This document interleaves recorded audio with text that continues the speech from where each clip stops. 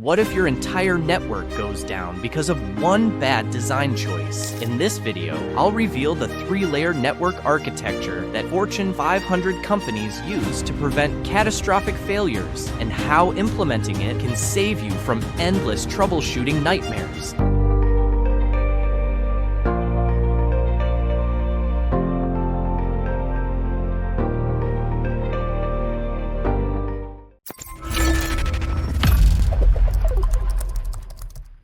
Access layer, distribution, and core.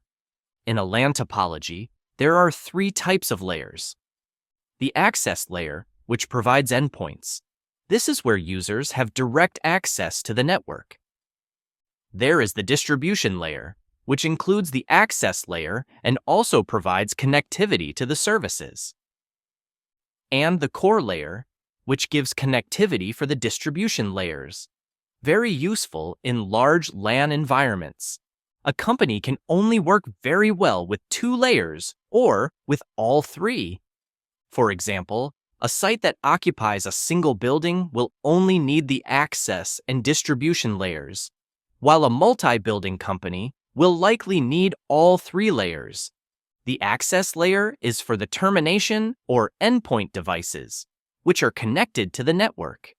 It provides wired and wireless connectivity, as well as features and services that ensure the security and smooth operation of the network.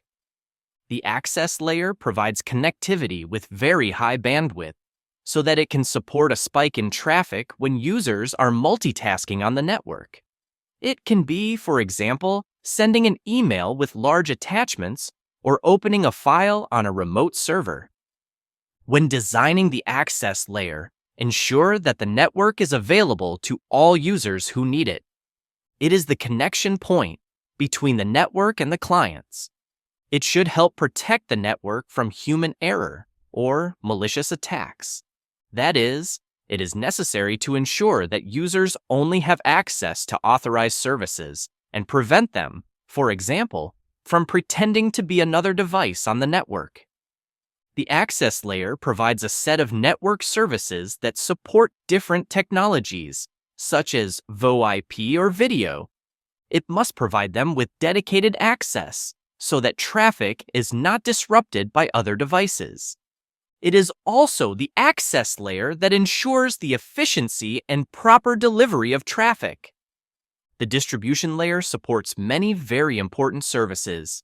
In a network where connectivity runs across the LAN from end to end, such as between different devices in the access layer, the distribution layer helps facilitate this connectivity. This is the layer that provides regulated connectivity. It is in this layer that IP routing works, both static and dynamic. The distribution layer helps to provide scalability. In a network with more than 2 or 3 access layer devices, it is not very practical to interconnect them together.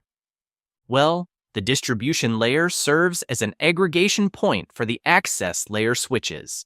This reduces operating costs by making the network more efficient. It also increases network availability by locking up the risk of outages in smaller areas. Now, let's move on to the topmost layer. In a large LAN, you often need to have several switches that are part of the distribution layer because they are often located in different locations or even completely geographically dispersed. To save lengths of optical fibers that are quite expensive, it is wiser to put a distribution layer equipment in each building. And if the networks exceed 3 distribution layer devices in a single area, then it is better to use the core layer to centralize and optimize the design. The core layer is the essential part of a scalable network, and what's more, it's the simplest design. The distribution layer segments the network, and the core layer allows for 24-hour connectivity. This connectivity is essential for any business. A poorly designed network can greatly increase management costs, caused by several network outages, and poor performance directly affects end users and their access to different resources. We will see several types of problems that can be found on poorly designed networks. There can be broadcast problems, even if they exist in all networks. In fact, many applications use broadcasts to work properly, so we can't eliminate them completely.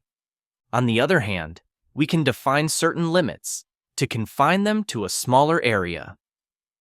Management difficulties can also be encountered because with a poorly designed and poorly documented network, traffic flows can be difficult to identify.